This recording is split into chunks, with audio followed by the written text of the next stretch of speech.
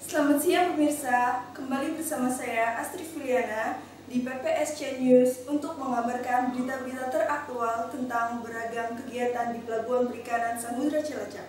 Menteri Koordinator Bidang Kemaritiman Bapak Indroyono Susilo mengunjungi Pelabuhan Perikanan Samudra Cilacap. Berikut laporan langsung dari tim reportase kami di TPI Pelabuhan Perikanan Samudra Cilacap.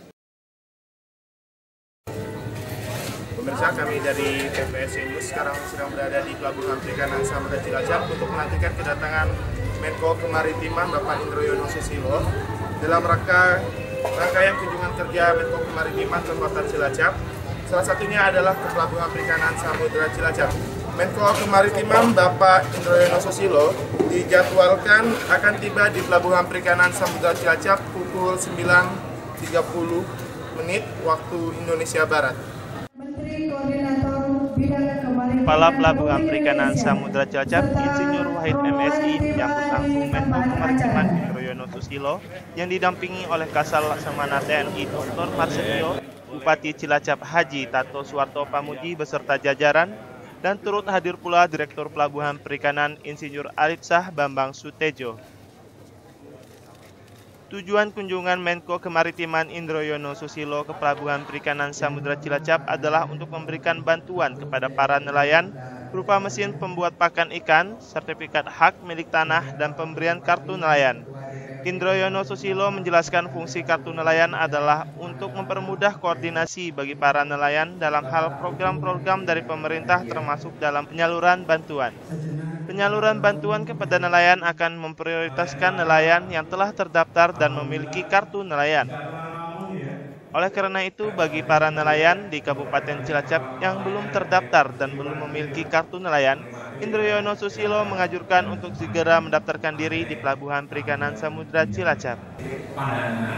Untuk pertanyaannya, saya layani lah 2 pertanyaan. Menko Kemaritiman Indroyono Susilo juga berdialog langsung kepada para nelayan dan masyarakat, mendengarkan secara langsung aspirasi dan keluh kesah para nelayan di Kabupaten Cilacap. Saya sangat terima kasih Bapak sudah kami. Nanti beliau bisa cerita ya, nanti ya Pak Selamat ya akan menyampaikan. Bicaranya apa ya? Sudah ini larang untungnya gede. Oke. Nanti Pak Selamat yang tinggi hasilnya ini Pak. Badan negara. Nah, jadi kalau Pak Selamat nggak bantu Cilacap, badan negara bantu Pak kebagian sendiri. Usai berdialog, Menko Kemaritiman beserta jajaran meninjau langsung tempat pelelangan dan pemasaran hasil perikanan di Pelabuhan Perikanan Samudra Cilacap dan melihat secara langsung kegiatan bongkar hasil perikanan berupa ikan yellowfin tuna yang merupakan komoditas unggulan di Pelabuhan Perikanan Samudra Cilacap. Oh, dari musim pendingin ada? Dari laut taruh sini? Ya. Terus kalau nggak laku gimana? Es. Oh, esnya ada? Ada. Cukup? Ya, Oke, kalau itu dulu saya cek dulu satu ya. Ya. Kecil ya? Tuna kecil ada. Tuna kecil ya? Sama alang itu. Nah, pegang gitu, Pak. Ini tuna kecil ya? Sini, Pak. Pak. Oke, wis cukup lah. Berapa? Kisaran 60-an. 60 kilo? 60 ribu per kilo? 50 kiloan. 50 kilo, tapi jadi berapa kalau 50 kilo itu? Sekilonya berapa? Kilonya berapa? Sekitar 60, berarti 3 juta lah. Ini 3 juta ya? Kalau yang bluefin berapa? Mahal, Pak. Ya? 100 juta. Sering dapat bluefin nggak? Ya kadang sering dapat. Oh iya? Cuman tempo lah, paling sama kapal dapat 1, kadang Iya. susah itu, Pak. Jadi 2.000 mata pancing dapatnya kan? Ya, paling 1. Wah, itu udah ya. Dalam tinjauannya, Menko Kemaritiman menjelaskan tentang wacana penyederhanaan perizinan untuk kapal perikanan, dan Kasal Laksamana TNI Dr. Marsetio juga menjelaskan tentang langkah-langkah yang ditempuh dalam mencegah illegal fishing di Indonesia. Sekarang, jadi sebagai public domain, masyarakat bisa tahu, langsung buka web sekarang. Anda buka web, silakan berikan masukan. Oh ini begini, oh kapal apa betul sekian? Ada Ibu A atau Bapak B, namanya ini punya kapal sekian puluh, betul apa enggak? Nah itu harus dicek, ya. Kedua, yang tentunya sesudah itu baru kita hitung berapa sih berapa sih jumlah solar yang diperlukan untuk para nelayan. Jelas kan? Berapa? jangan ngitungnya tuh ngarang gitu loh. Misalnya ada bilang 21 juta kiloliter. Kalau semua solar seluruhnya cuma 15 juta kiloliter, kok kita 21 ya. Berapa sebenarnya? Jadi saya akan ngecek, kita akan bersama ngecek berapa gitu. Ketiga, dalam memberi ini kan juga sedang ada moratorium perizinan kapal ikan itu berapa lama ya? Sampai 2 bulan, Pak. Sampai akhir tahun ini kita berhentikan dulu. Ya, kita berhenti dulu. Berbagai peraturan yang ada yang sekarang sedang berjalan evaluasi lagi ya. Yang penting semaksimal mungkin pemasukan untuk negara itu besar sehingga uangnya bisa keluar untuk pendapatan negara, bukan pajak yang bisa diserahkan kepada masyarakat. Saya kira itu yang utama ya. Jadi kalau langsung ini benar apa tidak itu belakangan itu dilihat dulu ya. Kita jangan bekerja dengan asumsi, kita bekerja dengan data.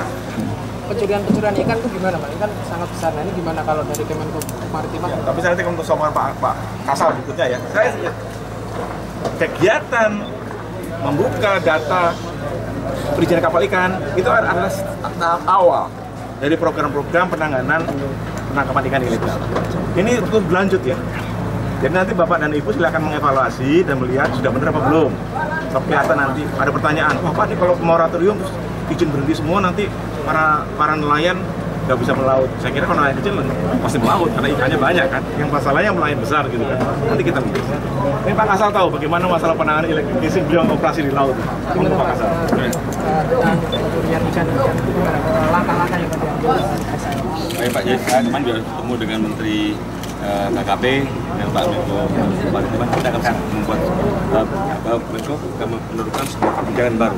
Jadi Pak, satu-satuan contohnya data yang ada di Kementerian Kelautan Perikanan, data tentang perusahaan, data tentang FMS itu akan dibuka, diberi akses kepada angkatan laut maupun kepada publik. Ini kan lebih mudah Pak.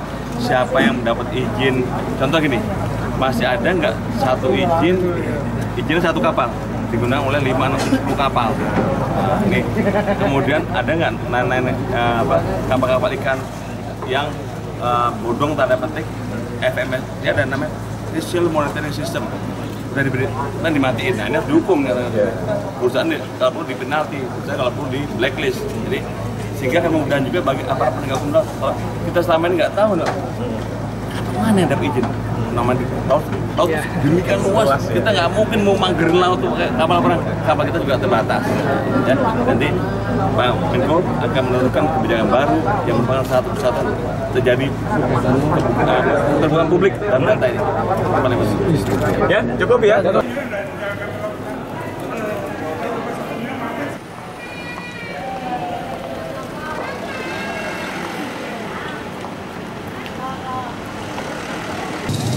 Pemirsa, demikian tadi liputan langsung kami dari Pelabuhan Perikanan Samudra Cilacap terkait dengan kunjungan Menteri Koordinator Bidang Kemaritiman Bapak Indroyono Susilo di Pelabuhan Perikanan Samudra Cilacap terkait dengan pemberian kartu nelayan, pemberian sertifikat hak tanah dan bantuan mesin pakan ikan.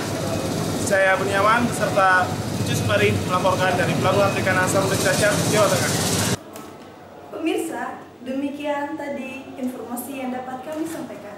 Saya, Astri Filiana, beserta kerabat kerja yang bertugas mengucapkan terima kasih atas perhatian Anda dan sampai jumpa.